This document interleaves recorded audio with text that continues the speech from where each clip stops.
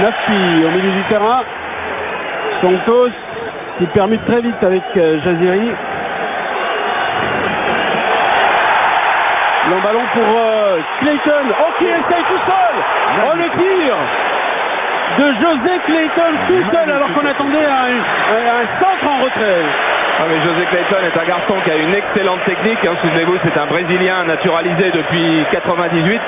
Et ils vont mettre du rythme les Tunisiens. C'est reparti tout de suite. C'est reparti avec Chadli qui avait récupéré en 2 temps. Nafi qui remet ça. Et le but de Santos.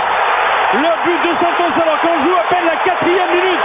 Oh Charles, c'est allé très vite et la pression exercée par les Tunisiens a été terrible pour les 4 premières minutes. Oui, Roger Lemaire avait demandé dans sa causerie de ce matin de mettre un peu de rythme, un peu de vitesse le plus vite possible parce qu'on pense que cette défense marocaine est quand même un petit peu lourde. Parce que regardez, sur cette balle redressée par Nafi, il y a un joueur, c'est Santos, au milieu de 3 verts. Et sur ces 3 verts, il n'y a pas les 3 défenseurs centraux qui auraient dû être là et qui ne sont pas replacés. Il y a seulement le 2, Regragui, qui est l'homme du couloir droit, qui se trouve là entre 2 attaquants tunisiens. Il y a une énorme faute de remplacement de cette défense. Mais tous ceux qui ont vu jouer les Marocains, tous les entraîneurs savent que Wadou, Neybet, El Karkouri, c'est un trio défensif très solide, mais dont la lenteur est le défaut majeur. Et les Tunisiens viennent de l'exploiter. 1-0 donc pour la... Il y a El Karkouri. Kaïti. Wadou. Kaïti qui s'est replacé déjà avec Hadji là-bas sur le côté droit. Il parvient à tirer. Une égalisation de Mokhtari, Youssef Mokhtari. Égalisation à la 38e minute. Un beau mouvement collectif là-bas avec une passe en retrait extraordinaire. On a dit, Charles, que ces balles en retrait sont décisives souvent. Ah, c'est surtout l'action de jeu qui a été absolument superbe, amortissée par Wadou, mais mal contrôlée par Agui.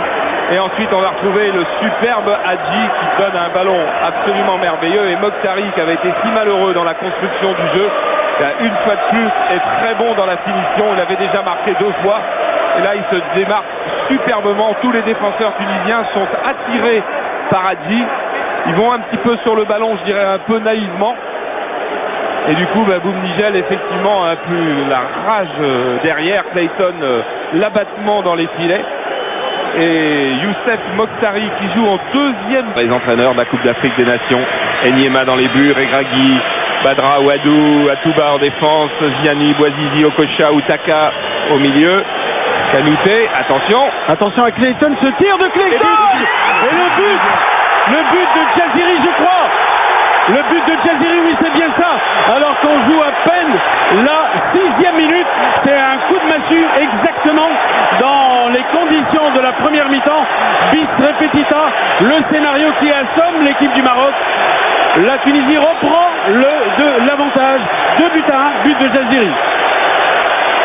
Avec effectivement Clayton qui va prendre l'espace, qui une fois encore cherche à tirer et cherche pas à trouver un homme. Et là, il y a une faute de main de Fouhami.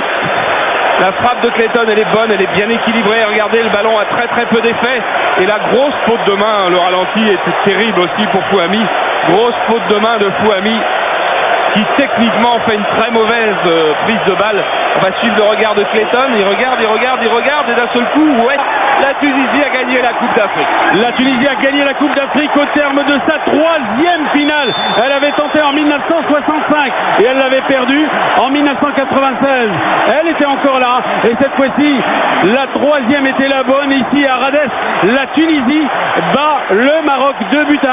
But de Santos, de Mokhtari et de Jaziri. Enfin, l'égalisation marocaine était de Mokhtari et le 2e but tunisien est signé Jaziri. Philippe Seguin, vous allez nous parler de l'émotion qui va se saisir maintenant du camp tunisien. C'est l'ensemble de la Tunisie qui en ce moment fait la fête.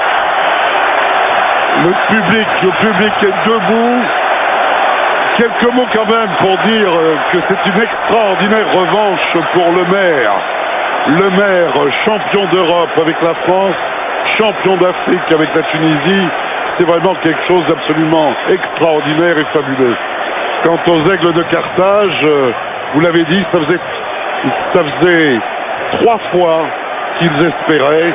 Ils étaient pas... C'est parce qu'aussi il y avait 60 000 personnes derrière eux. Et puis, je ne sais pas Philippe, vous connaissez mieux la Tunisie que moi, je pense que derrière eux il y avait aussi, là c'est souvent un cliché mais ça m'a l'air assez vrai, 9 millions et demi de personnes qui les poussaient. 9 millions et demi de Tunisiens effectivement qui voulaient cette coupe parce qu'elle était organisée à Tunis, parce que les Tunisiens ne se satisferont pas d'être seulement en réussite économique, d'être les dragons d'Afrique, comme on dit, les jeunes dragons de l'Afrique. Ils veulent aussi briller en sport. Et ça, pour eux, c'est une consécration extraordinaire dans ce stade de Rades, dans cette cité olympique qui a été magnifique, qui a été faite pour les Jeux méditerranéens. Il y a une ambiance ici qui est indescriptible. Voici la Coupe d'Afrique des Nations. Il y a eu 3 trophées dans cette Coupe d'Afrique des Nations. Le premier, c'était en 1962. En 2000, le Cameroun l'avait gardé pour l'avoir remporté la 3e fois. C'est un trophée tout neuf qui a été mis en compétition en 2002. Voici la Coupe d'Afrique des Nations aux mains de Badra, plané sur cette finale, félicité par... Badra, c'est un phare, disait Roger Le Maire. C'est pas forcément le leader qui va nous manquer. Tout le monde lui disait avant la rencontre, quand Badra va pas jouer, la Tunisie a perdu son leader.